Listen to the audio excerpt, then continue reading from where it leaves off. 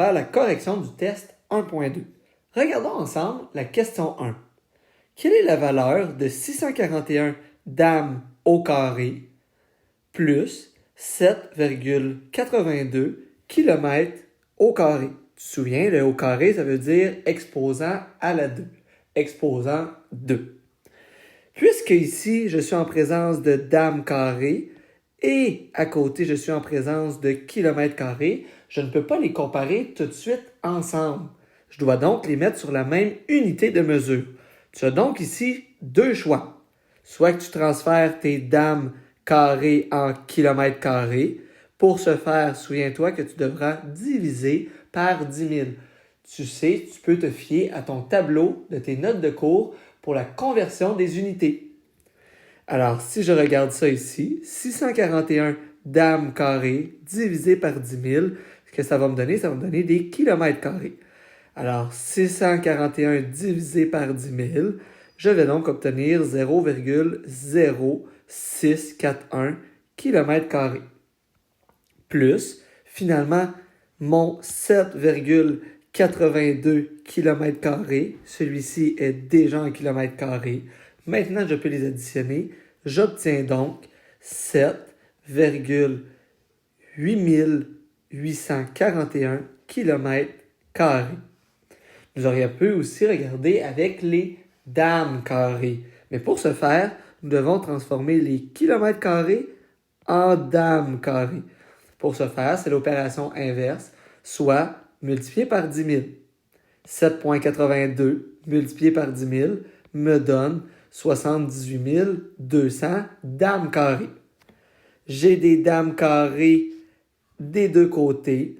Alors, j'ai déjà mon 641 dames carrées plus mon 78 200 dames carrées. J'obtiens donc 78 841 dames carrées. Regardons ensemble maintenant le numéro 2. La surface d'un jeu circulaire est de 300 cm². Ici, dans ma phrase, j'ai déjà de l'information que je trouve pertinente. Lorsque je parle d'une surface, nécessairement, je vais donc parler de l'air. De l'air. Et aussi, tu avais un autre indice quand on te parlait de l'air. Lorsque tu as un exposant à la 2, c'est ton symbole d'unité de mesure qui te parle d'air.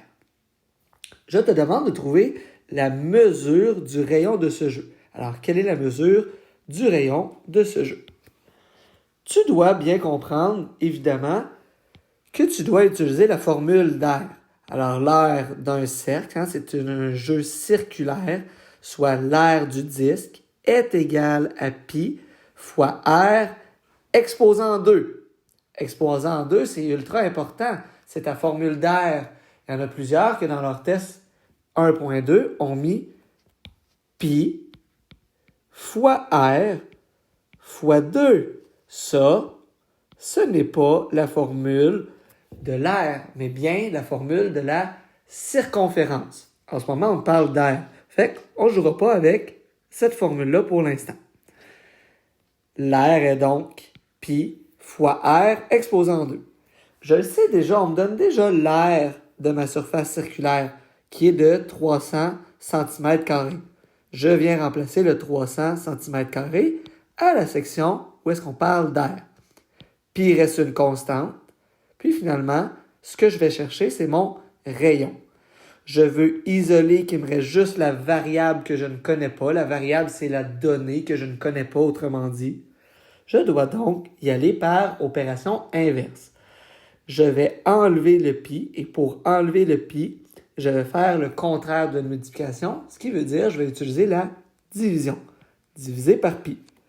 Je vais diviser à droite par pi. Ce que je vais faire aussi, je vais le diviser à gauche du symbole d'égal.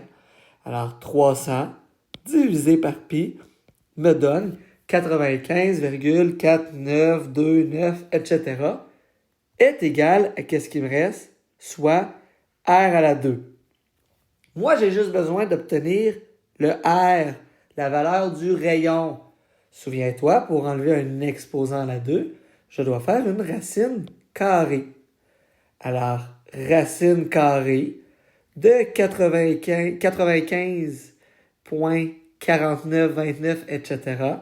Ce qui va me donner 9,77 qui va correspondre au rayon de ma surface de jeu du jeu qui est circulaire.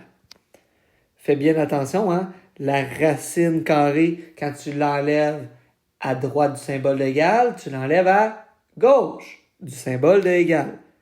Alors, racine carrée de 95,4929, c'est ça qui te donne 9,77, ce qui est égal au rayon, ce qui reste ici.